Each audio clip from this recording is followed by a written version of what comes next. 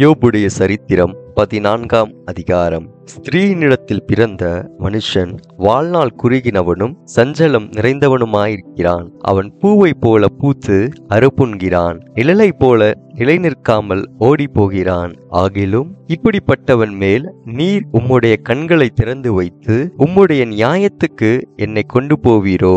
அசுத்தமானதிலிருந்து சுத்தமானதை பிறப்பிக்கத்தக்கவன் உண்டோ? ஒருவனும் இல்லை. அவனுடைய நாட்கள் இம்மாத்திரம் என்று குறிக்கப்பட்டிருக்கையால் அவனுடைய மாதங்களின் தொகை உம்மிடத்தில் இருக்கிறது.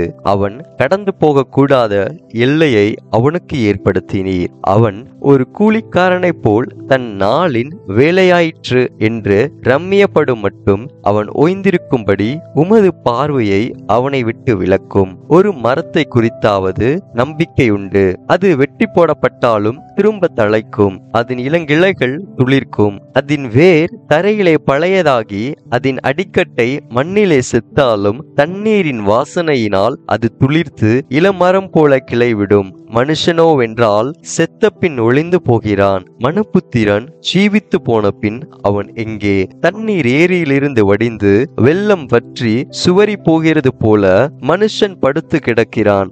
வானங்கள் ஒளிந்து போகும் அளவும் எழுந்திருக்கிறதும் இல்லை, நித்திரை தெளிந்து விழிக்கிறதும் இல்லை. நீர் என்னை பாதாளத்தில் ஒழித்து உமது கோபம் தீரும் மட்டும் என்னை மறைத்து என்னை திரும்ப நினைக்கும்படிக்கு எனக்கு ஒரு காலத்தை குறித்தால் நலமாயிருக்கும். மனுஷன் செத்த பின் பிழைப்பானோ? எனக்கு மாறுதல் எப்போது வரும் என்று எனக்கு குறிக்கப்பட்ட போராட்டத்தின் நாளெல்லாம் நான் காத்திருக்கிறேன். என்னை கூப்பிடும், அப்பொழுது நான் உமக்கு உத்தரவு சொல்லுவேன். உமது கைகளின் கிரியையின் மேல் விருப்பம் வைப்பீராக. இப்பொழுது என் நடைகளை எண்ணுகிறீர், என் பாவத்தின் மேல் அல்லவோ கவனமாயிருக்கிறீர். என் மீறுதல் ஒரு கட்டாக கட்டப்பட்டு முத்திரை போடப்பட்டிருக்கிறது.